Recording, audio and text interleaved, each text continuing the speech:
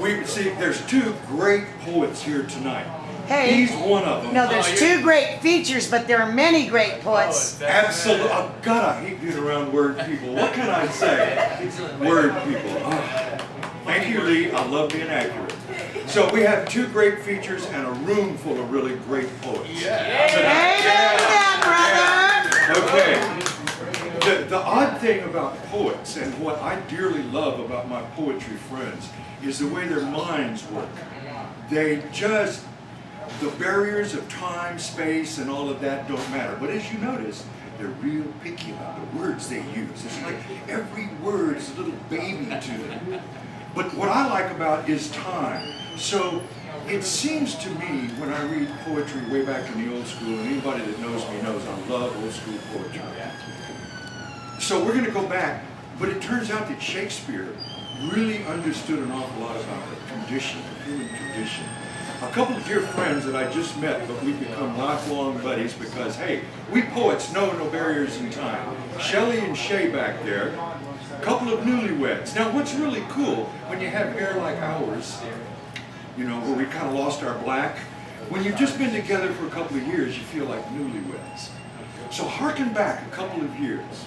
And my friend Shelley is contemplating whether he wants to pop the question to my friend, Shay is prompting, yeah, Shay is considering whether to pop the question to this lovely Shelley.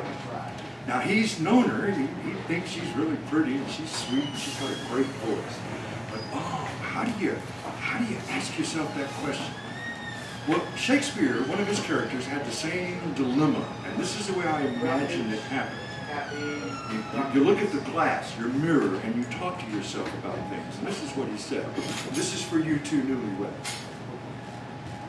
Look in thy glass and tell the face thou viewest. Face, 'tis time you should form another, whose fresh repair, if now thou not renewest, thou wouldst beguile the world, unbless some mother. For where is she so fair, whose uneared womb disdains the tillage of thy husbandry? Who is he so fond to be the tomb of his self-love? To stop posterity? Thou art thy mother's glass, and she in thee calls back the lovely April of her prime, so that thou shalt see, despite of wrinkles, this thy golden time. But if thou live, remember not to be. Die single, and thine image dies with thee. Hey! Yay! My co-feature, Dustin, is going to come up here. We both have stuff to sell. That's how we support ourselves, even though poets are notorious for not eating, as you can tell by the rampant muscles. One of us eats. The other drinks coffee. My two CDs, one is called Two Edgars, Edgar A. Poe by Edgar E. Pace.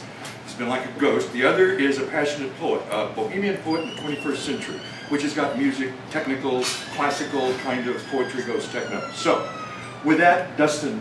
Hey, Dustin!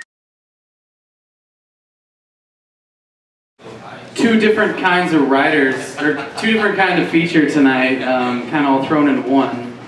He's gonna give you what you want to hear, and I'm gonna give you what you probably don't want to hear. But that's okay. Hopefully you'll like it anyway. We got two different tip jars, so pick whichever one you like. You know, if you don't like either, it's cool. You know, if you do, you like both, it's great. So this one's entitled "Holy Fuck."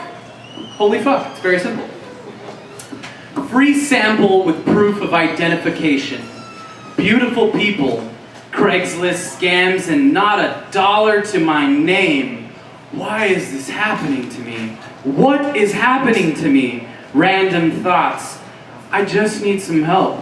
I admit, I fucked up again and again and again, though none of that matters now.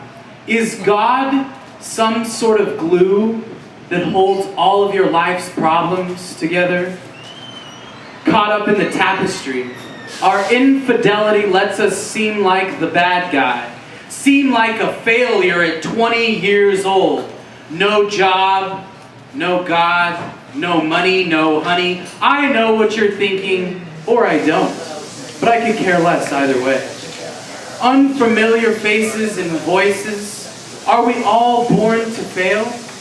Really? Or do we ever actually fail in the first place? Are these failures really actually achievements for the lessons that we have learned?